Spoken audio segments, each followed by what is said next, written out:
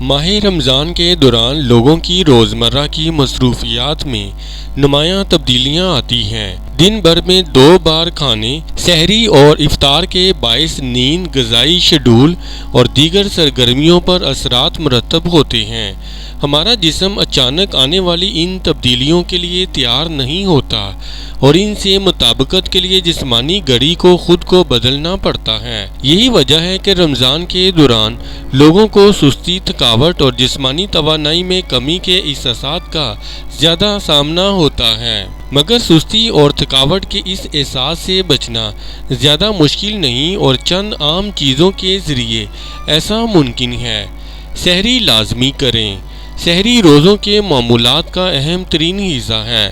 روزہ رکھنے والے فرد کو روزمرہ کے کاموں کے لیے توانائی کی ضرورت ہوتی ہے اور افطار تک کچھ کھانا پینا ممکن نہیں ہوتا، تو سحری جسمانی توانائی کو برقرار رکھنے کے لیے اہم ہے۔ سحری میں صحت کے لیے مفید غذاؤں کا استعمال دن بھر توانائی برقرار رکھنے میں مدد فراہم کرتا ہے، جس کے باعث تھکاوٹ کا احساس طاری نہیں ہوتا۔ مختصر کلولہ: ہماری جسمانی صحت کے لیے نیند بہت اہم ہوتی ہے اور عموماً رمضان کے مہینے میں نیند کا دورانیہ گھٹ جاتا ہے۔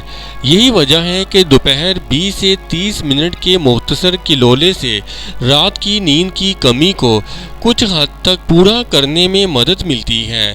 اس مختصر نیند سے جسمانی توانائی میں اضافہ ہوتا ہے، البتہ دن میں زیادہ وقت تک سونے سے گریز کریں، کیونکہ اس سے سستی اور تھکاوٹ کا احساس مزید بڑھ سکتا ہے۔ مناسب مقدار میں پانی کا استعمال اور سورج کی روشنی میں زیادہ گھومنے سے گریز۔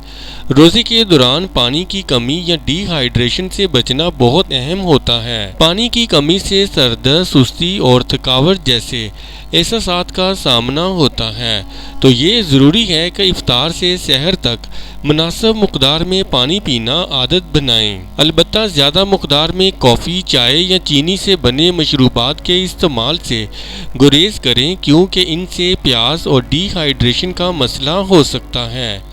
اسی طرح سورج کی روشنی میں زیادہ وقت تک گھومنے سے گریز کریں تاکہ جسم پانی کی کمی کا شکار نہ ہو۔ افطار میں بہت زیادہ کھانے سے گریز کریں۔ دن بھر غذا اور پانی سے دوری کے باعث کچھ افراد افطار میں ضرورت سے زیادہ کھا لیتے ہیں، جس کے نتیجے میں سستی، پیٹ میں تکلیف اور نظام ہاضمہ کے مسائل کا سامنا ہوتا ہے۔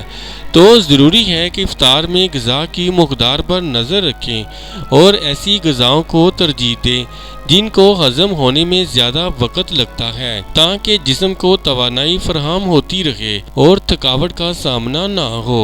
افطار کے دوران فاسٹ فوڈ یا تلی ہوئی غذاؤں کے زیادہ استعمال سے بھی گریز کریں۔ پورا دن آرام کرنے سے گریز کریں۔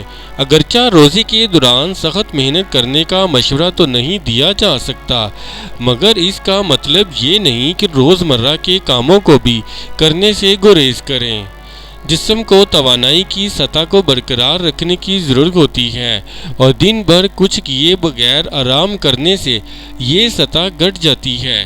یہی وجہ ہے کہ روزمرہ کے امور سر انجام دینے سے جسمانی توانائی کو مستحکم رکھنے میں مدد ملتی ہے۔